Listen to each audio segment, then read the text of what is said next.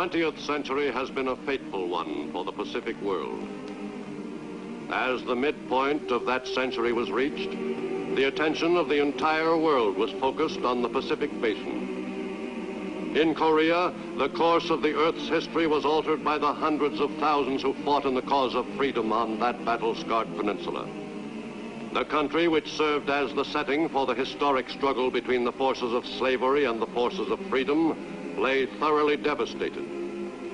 Faced with the overwhelming job of rebuilding their country, the people of Korea began their task with virtually nothing to build on. But the country was not laid waste in vain. The men who had fought against the invaders from the north in Korea were part of the first fighting force to resist aggression by direct military action on behalf of the United Nations of the free world. This determined resistance against superior forces served notice to the world at large of the integrity of the United Nations.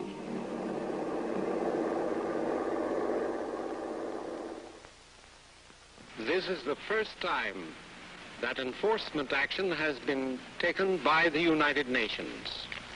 This action should be hailed as encouraging faith in United States support of the peacemaking functions of the United Nations.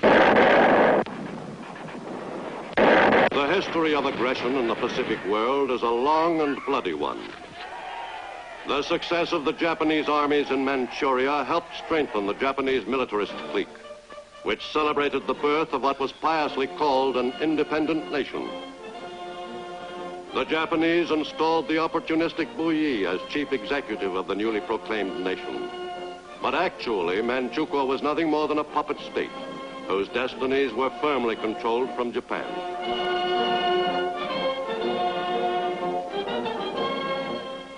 This high-handed seizure of Manchuria was taken under consideration by another body of nations dedicated to preventing aggression, the League of Nations. Japan's delegate Matsuoka protested his country's innocence. It is a matter of common knowledge that Japan's policy is fundamentally inspired by a genuine desire to guarantee peace in the Far East and to contribute to the maintenance of peace throughout the world. Japan, however, finds it impossible to accept the report adopted by the Assembly.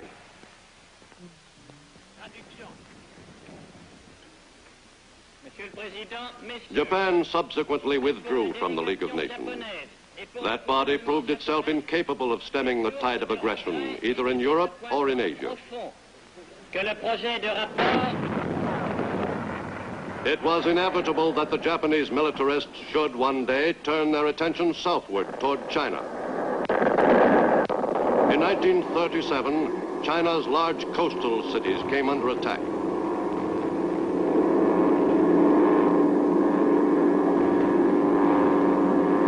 In China, Japan's pattern for conquest was firmly established. The Chinese became the first refugees of the struggle which was to grow into the Second World War. Shanghai fell to the aggressors in November 1937, and the Japanese tightened their grip on the mainland of Asia. 4 years later, Japan's program of aggression in the Pacific had grown to staggering proportions. From a point 300 miles off Oahu, Japanese planes took off on the strike which marked the start of World War II in the Pacific.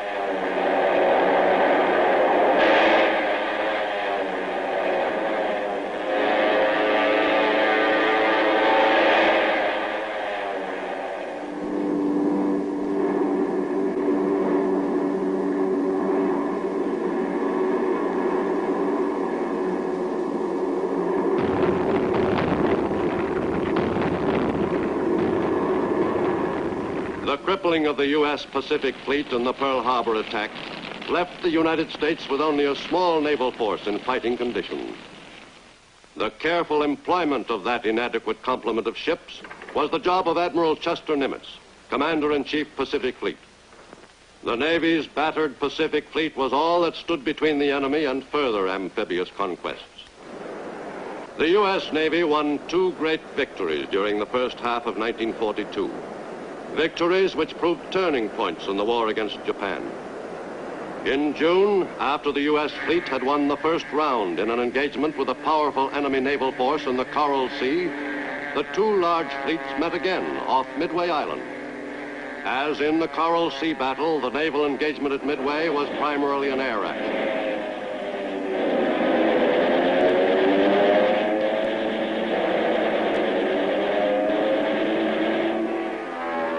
Naval warfare took a new turn in early 1942 in the Pacific, and American carrier planes, reinforced by land-based Marine and Army planes from Midway, dealt the enemy a crushing defeat.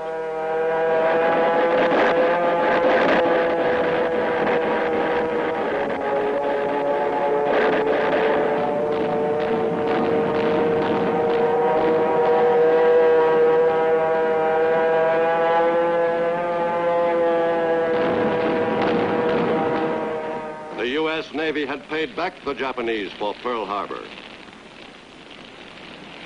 In those early months of war in the Pacific, American fighting forces were woefully under strength, ill-prepared for the job of stopping the Japanese advances. In the Aleutians, which lie between North America and Japan's home islands, the U.S. garrisons were particularly undermanned. American air units were severely handicapped by the unpredictable weather and by the generally difficult terrain.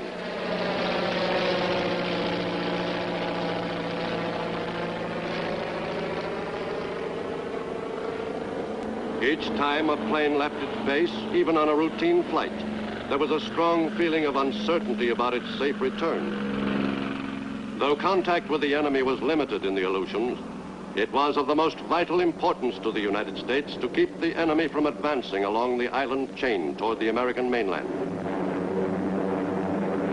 Southward, the job of containing the enemy advance was quite a different problem. In the jungles of New Guinea, Allied soldiers fought a determined campaign, helped materially by friendly natives, to keep the enemy from seizing control of the entire island and broadening the area of South Pacific conquests. The Aussies quickly became acclimated to fighting in the mountainous jungle territory. But getting at the enemy in that country was a slow business. Advances in the malaria-ridden jungle were made tortuously.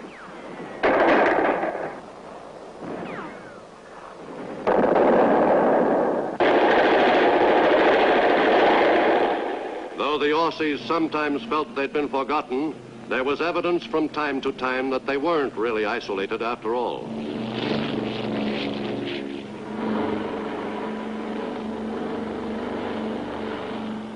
And as the Allies seized the offensive, the foot soldiers were supported in increasing numbers by new bombers, which gave the enemy a sample of things to come.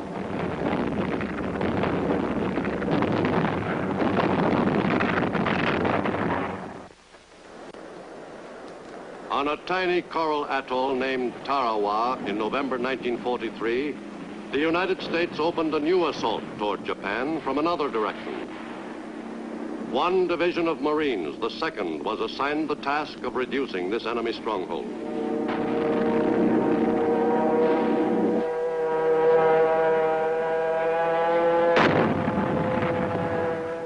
Tarawa was one of the most heavily fortified positions in Japan's outer defense ring. The 76-hour battle for that atoll assumed epic proportions.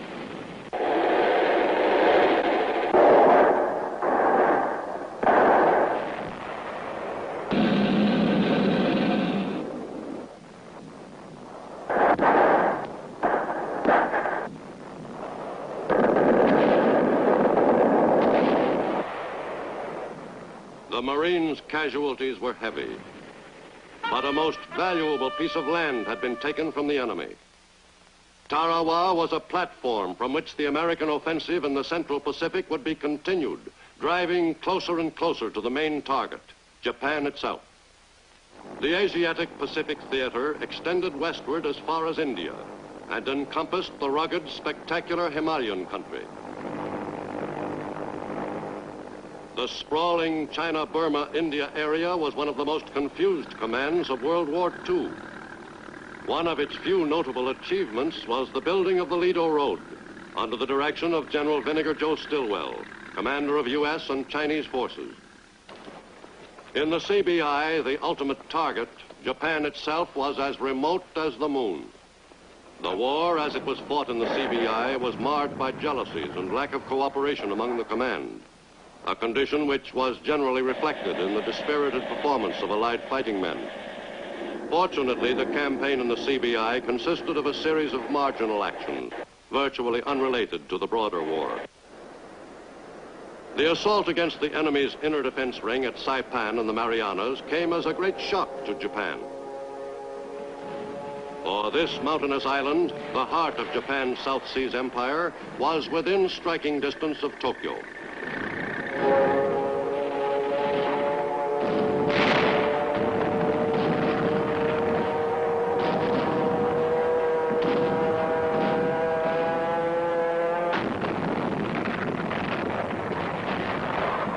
The fight for Saipan was one of the toughest of the Pacific War.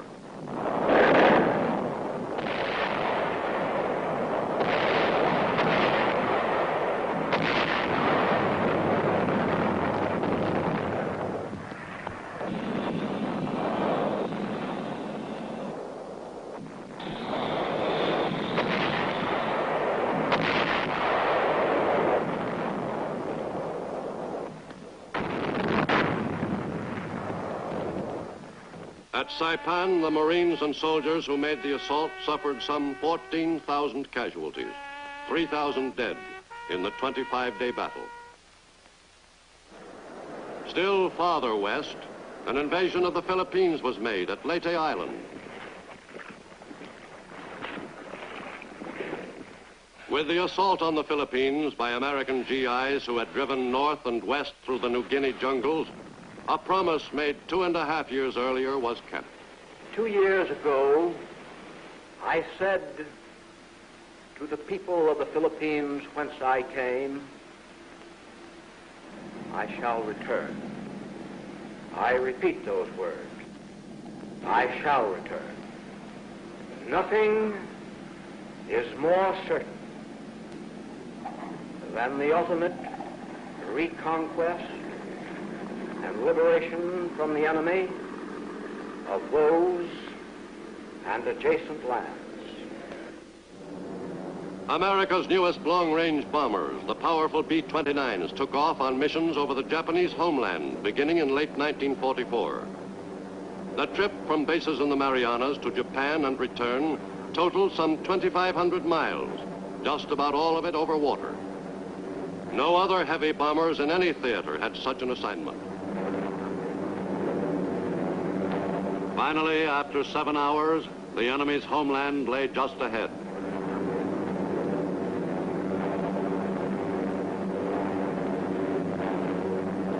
The enemy began to have some doubts about the invincibility of the Japanese war machine.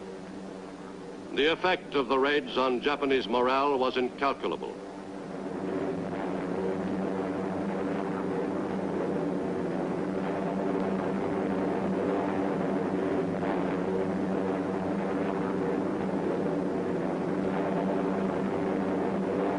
Inevitably, the submarine was destined to play an important part in the Navy's war in the Pacific. Throughout the war, the exploits of American subs were generally classed as secret for security reasons. But their achievements, though unpublicized, were notable. Down periscope. During World War II, U.S. subs accounted for 63% of the total of Japanese merchant shipping sunk in the Pacific, and nearly a third of the enemy's combat ships sent to the bottom.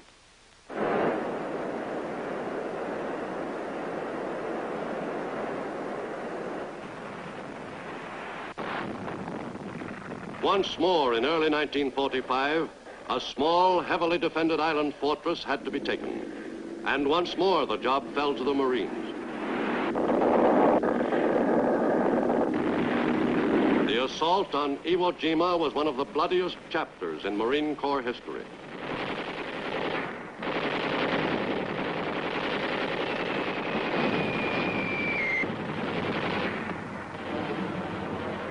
3 divisions of Marines inched forward in the face of heavy fire from a thoroughly dug-in enemy.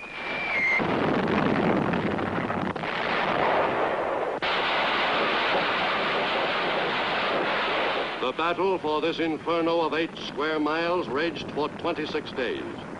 26 days of continuing bitter fighting.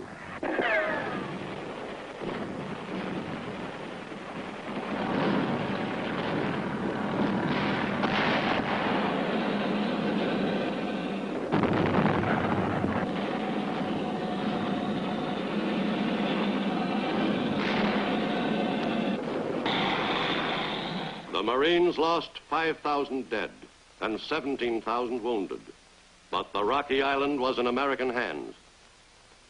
In April 1945, an assault was made against an enemy-held stronghold even closer to Japan, at Okinawa. Offshore, kamikaze attacks on American ships by enemy suicide pilots reached a final frenzied peak.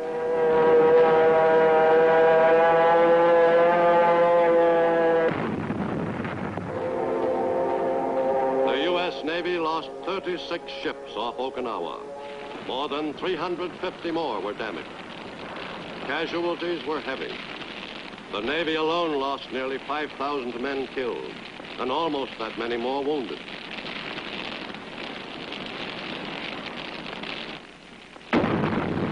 But U.S. forces had successfully fought their way to the shore of Japan itself.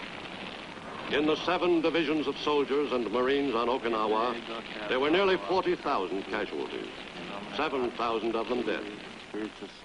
Amen. With Japan bracing itself for an invasion of its homeland, a different kind of attack provided a terrifying conclusion to World War II.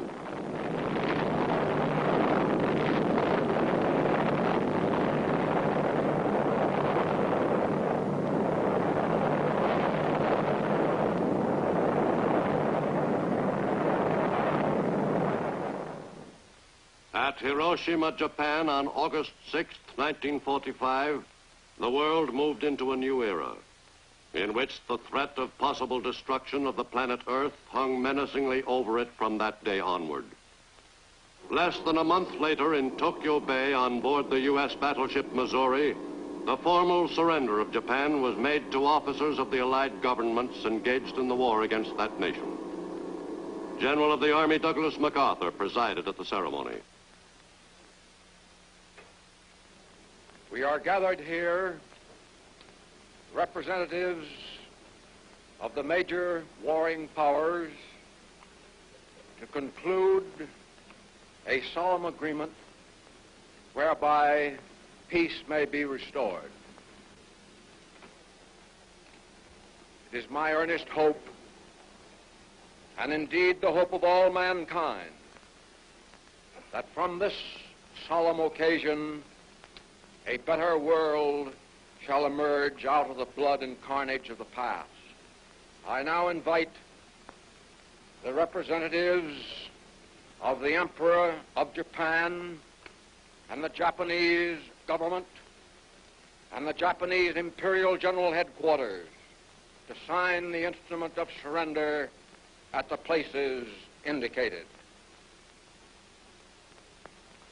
The once arrogant Japanese, whose aggressive sweep across the Pacific had been begun less than 4 years earlier, had finally been brought to bay.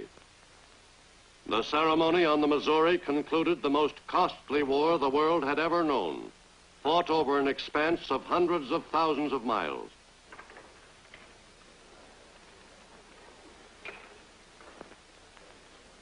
On that cloudy September morning in Tokyo Bay, it seemed that a lasting peace had surely been brought to the Pacific and to the world. Let us pray that peace be now restored to the world and that God will preserve it always. These proceedings are closed. The enemy was finally completely defeated. The future of Japan was now the concern of the Allies, and particularly of the United States. The administration of Japan in the years directly following the end of World War II was firm and efficient.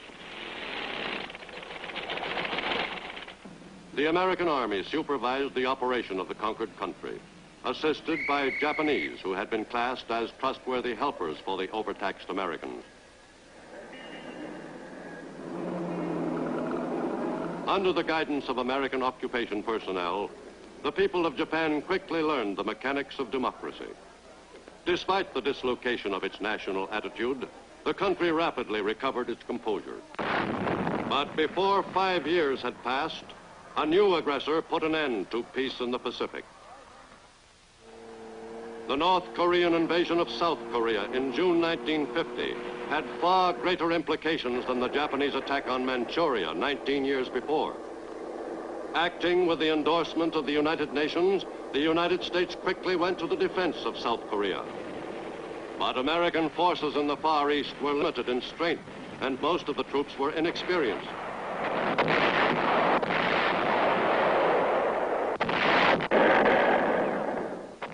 Through the summer of 1950, American GIs fought on courageously against overwhelming odds. At headquarters of the United Nations, the Korean fighting won top priority on the discussion agenda. The Soviet delegate referred several times to, quote, the aggression of which the United States is guilty against the Korean people, end quote. This statement has been repeated over and over through every Soviet-inspired channel on Earth. We've had it telegraphed to us by others, and we've heard it again today. It is a lie. It is a big lie. The debate continued through the summer. Who then is supporting the United Nations Charter and working for peace? The 53 members of the United Nations who are assisting the Republic of Korea. Is the Soviet Union one of the 53? No. By August 1950, the other free nations of the world were sending troops to the support of South Korea. Britain sent 13,000 soldiers to join U.S. troops in the lines. The UN forces were further swelled by the arrival of 5,000 Filipino soldiers. Most of the nations which had fought in the Pacific War sent troops to South Korea. Australia's diggers, who had fought so well in the steaming jungles of New Guinea, arrived to battle under the UN banner.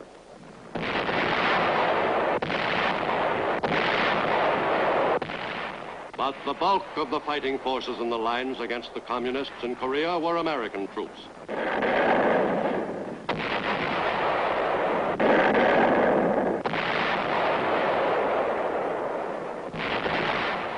As the tide of battle swept down into South Korea, then north almost to the border of Manchuria, then south again, and finally north across the 38th parallel once more, U.S. soldiers and Marines fought savagely to demonstrate beyond any doubt that the U.S. is prepared to stand behind the UN in resisting the aggressor.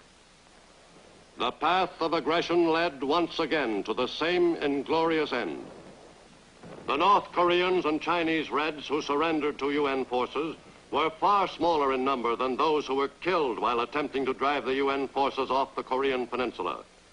In its predatory invasion of South Korea, the enemy suffered roughly 1 million casualties.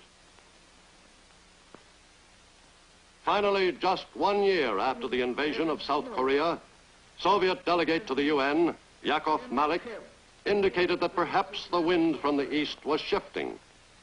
The Soviet people believe that as a first step, discussions should be started between the belligerents for a ceasefire and an armistice, providing for the mutual withdrawal of forces from the 38th parallel.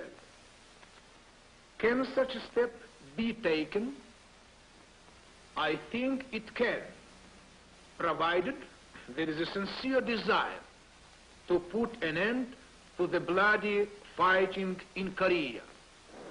But whether the world was technically at peace or a limited war was being fought on some far-flung battlefield, the people of the United States realized that their country must be stronger than ever before if the ultimate war of world destruction was to be avoided.